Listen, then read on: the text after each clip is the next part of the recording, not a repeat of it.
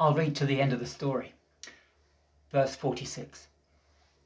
But some of them went to the Pharisees and told them what Jesus had done. Then the chief priests and the Pharisees called a meeting of the Sanhedrin. "What are we accomplishing?" they asked. "Here is this man performing many signs. If we let him go on like this, everyone will believe in him, and then the Romans will come and take away both our temple and our nation." Then one of them, named Caiaphas, who was the high priest that year, spoke up. "You know nothing at all. You do not realize that it is better for us and for you that one man die for the people, and rather than the whole nation perish." He did not say this on his own, but as the high priest that year, he prophesied that Jesus would die for the Jewish nation, and not only for that nation, but also for the scattered children of God, to bring them together and make them one. So from that day on, they plotted to take his life. Therefore, Jesus no longer moved about publicly among the people of Judea.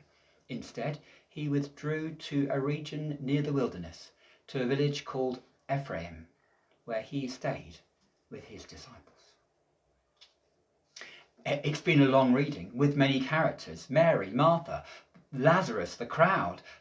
But the main character in this chapter is Jesus himself.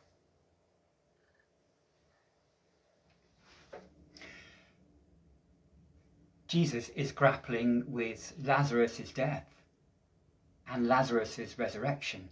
Jesus is grappling with his own forthcoming death and his own forthcoming But before we focus on Jesus, let's look at Martha. I suspect she's frustrated that Jesus took so long to come when she called him. She says to him in verse 21, "If only you had been here, my brother would not have died." And Mary in verse 32 says, "If only you had not been here." Do you have any if onlys in your mind today?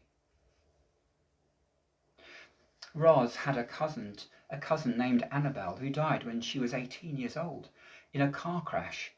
Her parents must have had repeated, "If only we'd not let her go out to that party that night." Questions in their minds. If only I'd not slipped into smoking in my teens. If only I'd worked a bit harder for that exam, then life would have worked out differently. So I wonder, think for yourself. Do you have any if onlys that keep churning around and around your mind?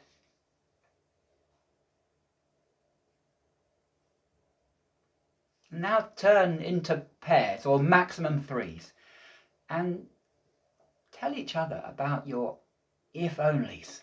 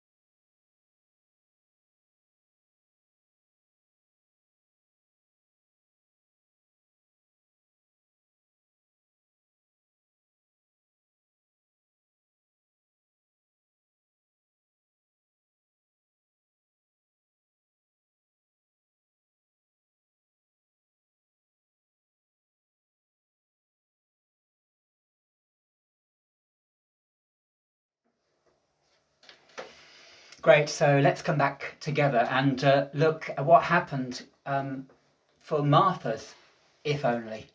In verse 23, Jesus challenges Martha. She's been consumed by the if only you might have been here. But he challenges her, and Martha acknowledges that Lazarus will rise again in the distant future. But Jesus telescopes the whole of history into the present, into himself, and Jesus declares to Martha, I am the resurrection and the life.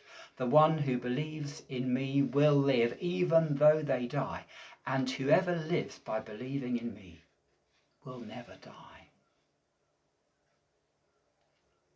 So 5,000 people had eaten, and then Jesus declared, I am the bread of life. Jesus heals a man born blind, and then declares, I am the light of the world. Martha is grieving for her brother's death, and Jesus declares, I am the resurrection and the life. Whatever your if only, Jesus can meet it. His response to you will be personal, it will be powerful, and it will be full of love. Try him. Jesus had healed a blind man, and as a result, he had upped the opposition against him. So at the end of chapter 10, we see that he leaves Jerusalem to escape being stoned, and he and his disciples travel through that wilderness road down to Jericho and the Jordan, about a day's walk from Jerusalem. Mary and Martha and their brother Lazarus live at Bethany, about 2 miles from Jerusalem, just on the outskirts of Jerusalem.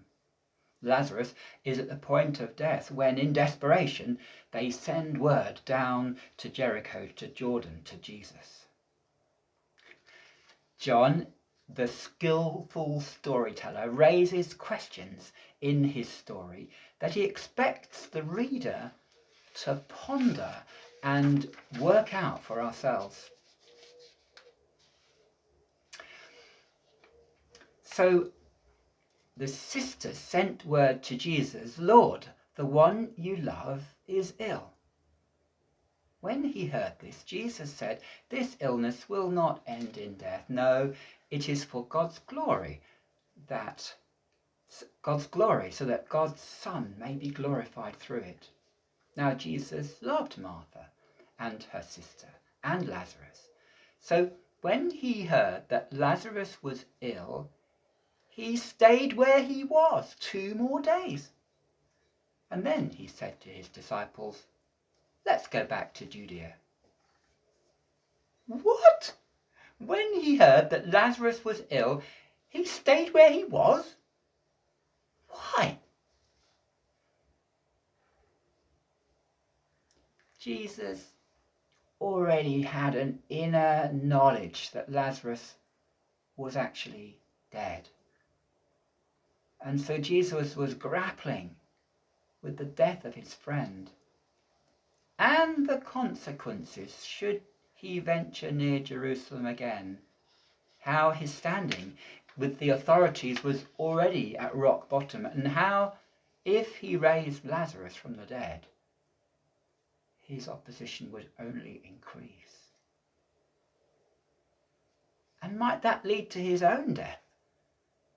And might that lead to his own resurrection? So when Jesus heard that his friend was ill, what does he do in those 2 days when he doesn't go to help his friend?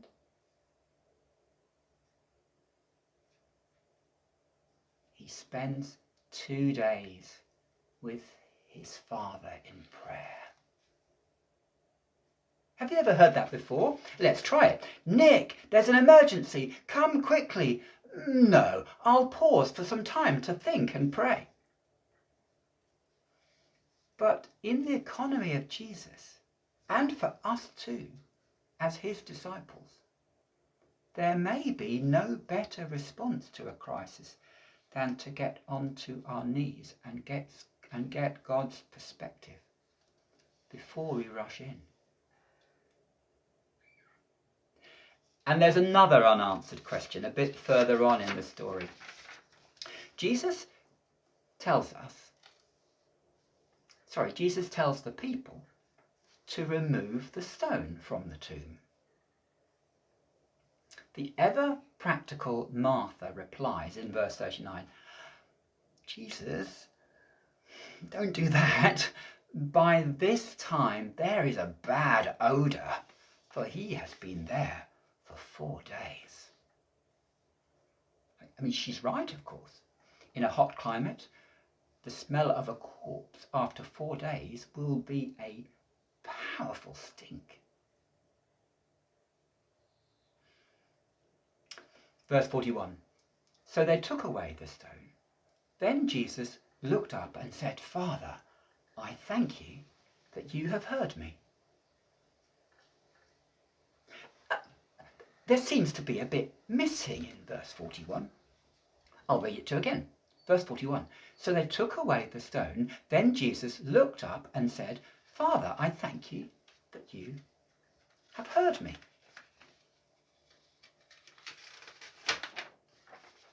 Let's try again. So they took away the stone, and there was no smell. So Jesus looked up and said, Father, I thank you that you have heard me. Thank you, Father. No smell. God, his Father, had heard those prayers of Jesus during those 2 days when it looked as if he'd just been delaying, as he brought to God his friendship with Mary and Martha and Lazarus, and Lazarus' death, and the likelihood that raising Lazarus would have consequences for Jesus, but that Lazarus' resurrection would be a foretaste of the great resurrection of Jesus himself 3 days after his own death. No smell, a sign for Jesus that his Father was in control, that Lazarus would rise, and that Jesus himself will rise too. John is a great storyteller. The resurrection of Lazarus ploughs the path both for the death but also for the resurrection of Jesus himself. Resurrection, no longer a theory for the future, but the person, Jesus himself, knowable today. Whatever if-onlys you bring today, Jesus has the authority to tackle them. And if it concerns something as big as death, Jesus says to you and to me, I am the resurrection and the life. The one who believes in me will live. In the person of Jesus, we can live.